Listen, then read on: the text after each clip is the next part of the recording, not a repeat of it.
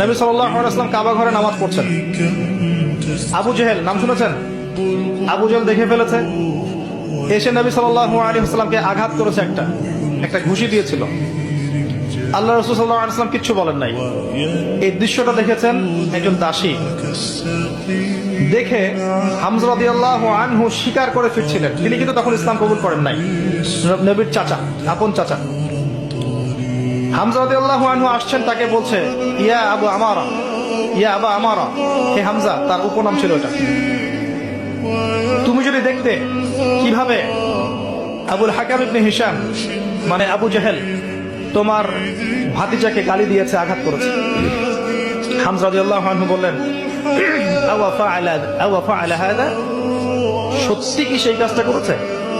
তখন এই দাসী বলছেন ই ওয়া রব্বি, আল্লাহর কসম, সত্যি এই কাজটা করেছে। তখন তিনি ঘোড়া ছুটিয়ে কাবা ঘরে গেলেন, গিয়ে দেখলেন আবু জেহেল দাঁড়িয়ে আছে সবার সামনে, কাবা ঘরের সবার সামনে আবু জেহেলের কলার ধরে তাকে প্রচন্ড জোরে একটা ঘুষি দিয়ে বললেন যে আতাশতুমুনি ওয়া আনা আলা দীনিহি, তুমি কি আমাকে আঘাত করবে? আমি নিজে তার দ্বীনের উপরে আছি। আকুলু মা ইয়াকুল, ও যা বলে, আমার ভাতিজা যা বলে আমিও তাই বলি।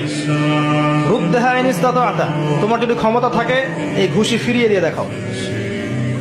কে বলেন এই কথা? হামজা রাদিয়াল্লাহু আনহু। এবং ওখানে সাক্ষ্য দিচ্ছেন যে আনা আলা দীনিহি ওয়া শাহিদতু আল্লা ইলাহা ইল্লাল্লাহ ওয়া আন্না মুহাম্মাদার রাসূলুল্লাহ। তোমার যা ইচ্ছা এখন করো। কারো বুকের কলিজা ছিল না, ওখানে হামজা রাদিয়াল্লাহু আনহুকে একটা আঘাত করে দেখায়। এবার তিনি চলে গেলেন দারুল আরকামে, যেখানে নবী সাল্লাল্লাহু আলাইহি ওয়াসাল্লাম তখন ছিলেন। সেখানে গিয়ে বলছেন ইয়া ইবনে আখি, হে আমার ভাতিজা, কুনতু আনসুরুকা লিল হামিয়া,